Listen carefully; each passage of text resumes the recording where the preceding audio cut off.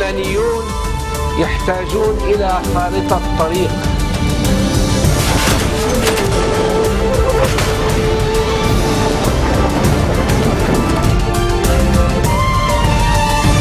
Bonjour à tous et merci de nous rejoindre sur Fusion TV pour cette nouvelle édition de la rédaction. Voici les titres de ce journal.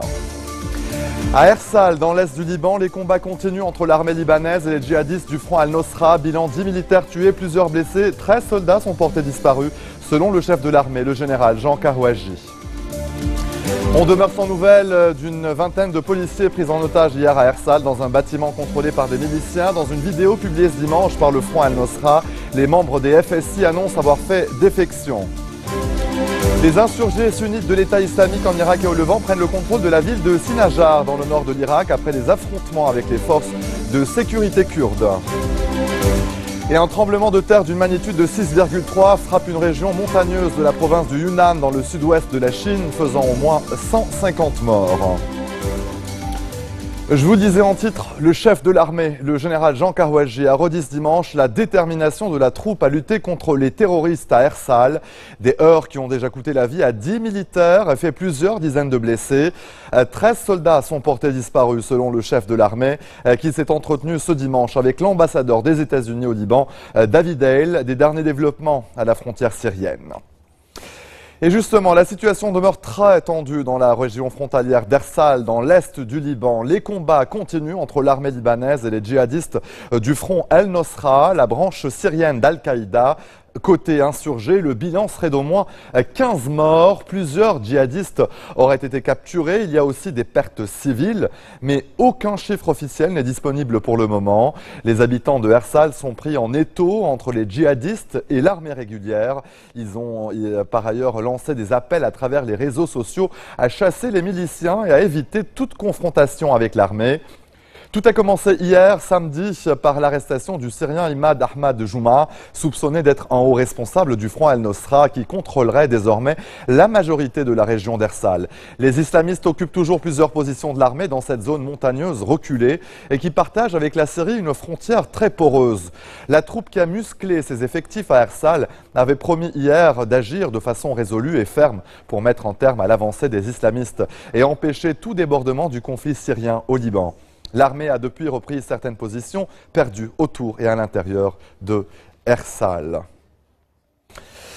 On demeure sans nouvelles d'une vingtaine de policiers pris en otage hier à Ersal dans un bâtiment contrôlé par des miliciens. Dans une vidéo publiée ce dimanche par le front Al-Nosra, les membres des FSI annoncent avoir fait défection en raison des agissements de l'armée et du Hezbollah à Ersal et de l'engagement du parti d'Hassan Nasrallah en Syrie. Une position adoptée par ces policiers à l'évidence sous la pression, d'autant qu'ils disent avoir déserté l'armée alors qu'ils sont membres des forces de sécurité intérieure. Sachez qu'une réunion sécuritaire est prévue ce soir alors que le gouvernement Salam devrait se réunir demain lundi pour suivre les développements à Ersal. Le Premier ministre a appelé toutes les forces politiques à agir avec sagesse et responsabilité et à déployer tous les efforts possibles pour protéger le Liban et l'éloigner des dangers qui l'entourent. La tension est également montée d'un cran à Tripoli, au Liban Nord, où de violents combats ont opposé dans la nuit l'armée à des miliciens cagoulés. Ces derniers ont tiré en direction de postes de la troupe dans plusieurs quartiers de la ville.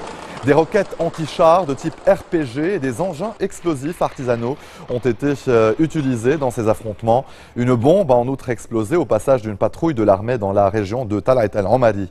Un officier et un soldat ont été blessés. La tension reste vive donc dans la capitale du Liban Nord, même si le calme y est revenu ce dimanche.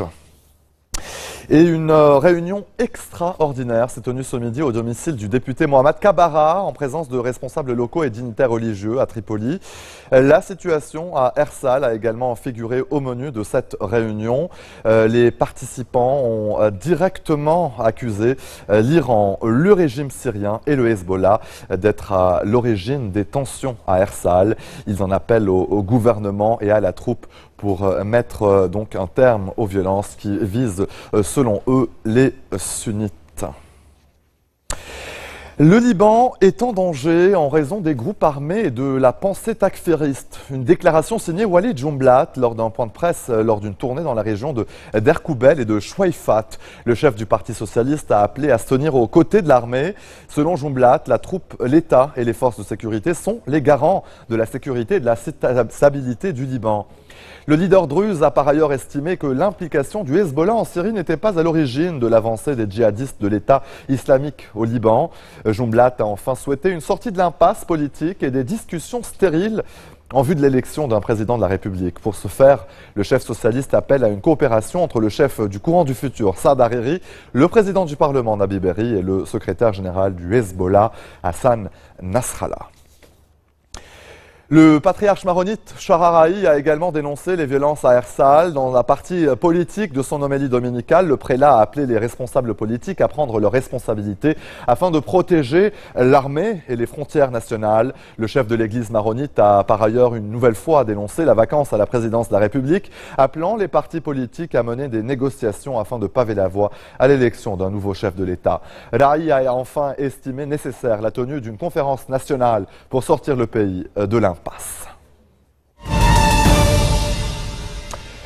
Une école gérée par l'UNRWA, l'agence de l'ONU qui accueille des réfugiés palestiniens, a de nouveau été bombardée aujourd'hui à Gaza. Les secours locaux font état d'au moins 10 morts. Cette frappe s'est produite à Rafah, dans le sud de la bande de Gaza.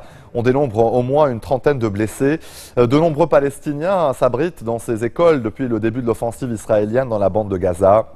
L'UNRWA s'est refusé à imputer ces frappes à l'une ou l'autre des deux parties. Le secteur de Rafah, à la frontière avec l'Égypte, est la cible de violents bombardements de l'armée israélienne. La plupart des 40 morts sous les bombes en ce 27e jour de guerre ont été tués dans cette zone. Et c'est là aussi qu'avait disparu le soldat israélien Hadar Goldin, dont Tsahal a annoncé la mort. L'armée israélienne, par ailleurs, a confirmé avoir amorcé le retrait d'un certain nombre de soldats, sans préciser combien. Un redéploiement est donc en cours à l'intérieur de l'enclave palestinienne. Le Premier ministre israélien Benjamin Netanyahou avait quant à lui évoqué une nouvelle phase des opérations, Tsahal arrivant au terme de la destruction des tunnels du Hamas. Restez des nôtres, on se retrouve après cette très courte pause. A tout de suite.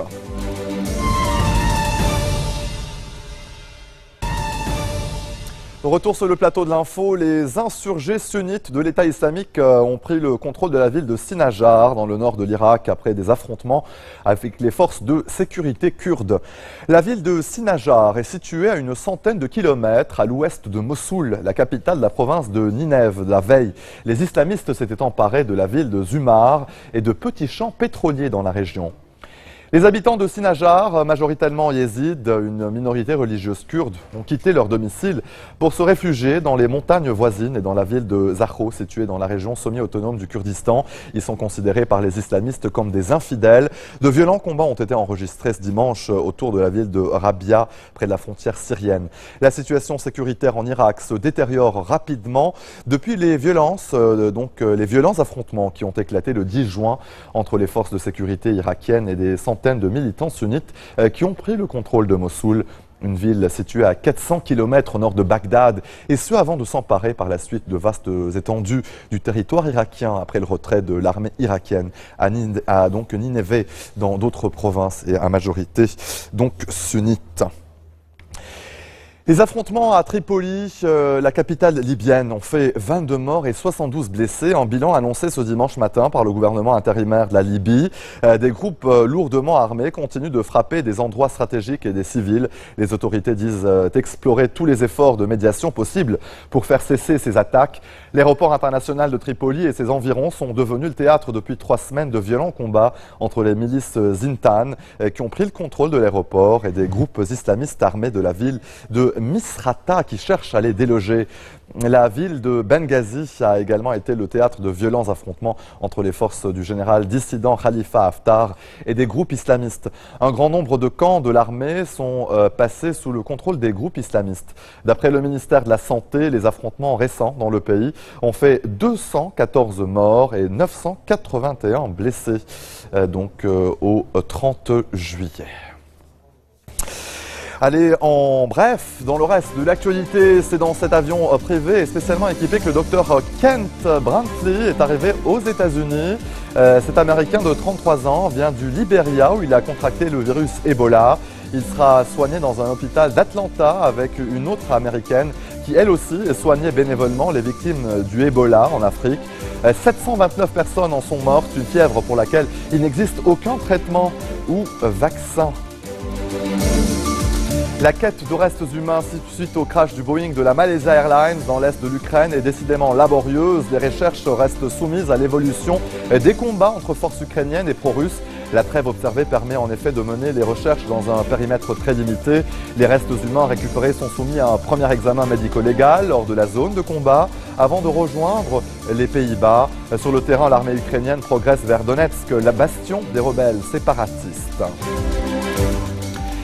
Un tremblement de terre d'une magnitude de 6,3 a frappé ce dimanche une région montagneuse de la province du Yunnan dans le sud-ouest de la Chine, faisant au moins 150 morts. Un certain nombre de bâtiments, dont une école, se sont effondrés. Selon l'Institut américain de géophysique, la secousse a été enregistrée à une faible profondeur de moins de 2 km.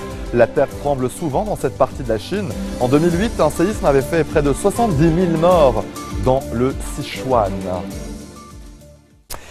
Et avant de se quitter, je vous rappelle l'information principale de cette édition, ce bilan de l'opération militaire en cours contre les islamistes à Ersal. Le chef de l'armée, le général Jean Karwaji, l'a annoncé en milieu d'après-midi. 10 militaires ont été tués, 13 sont toujours portés disparus alors que les combats continuent.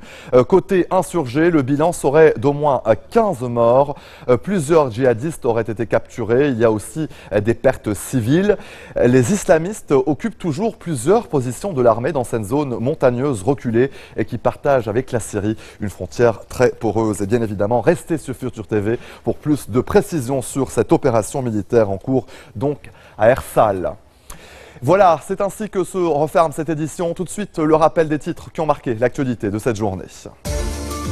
Et à Ersal, justement, dans l'est du Liban, les combats continuent entre l'armée et les djihadistes du front Al-Nosra. Bilan, 10 militaires tués, plusieurs blessés, 13 soldats sont portés disparus selon le chef de l'armée, le général Jean Karwaji. Et on demeure sans nouvelles d'une vingtaine de policiers pris en otage hier à Ersal dans un bâtiment contrôlé par des miliciens. Dans une vidéo publiée ce dimanche par le front Al-Nosra, les membres des FSI annoncent avoir fait défection. Les insurgés sunnites de l'État islamique en Irak et au Levant prennent le contrôle de la ville de Sinajar dans le nord de l'Irak après des affrontements avec les forces de sécurité kurdes. Et un tremblement de terre d'une magnitude de 6,3 sur l'échelle ouverte de Richter frappe une région montagneuse de la province du Yunnan dans le sud-ouest de la Chine, faisant au moins 150 morts. Merci de votre attention. Retrouvez-nous tous les jours à 16h40 heure de Beyrouth. Vous pouvez également nous suivre en ligne sur notre site web ou en téléchargeant notre application mobile. Excellente soirée à toutes et à tous et bon début de semaine.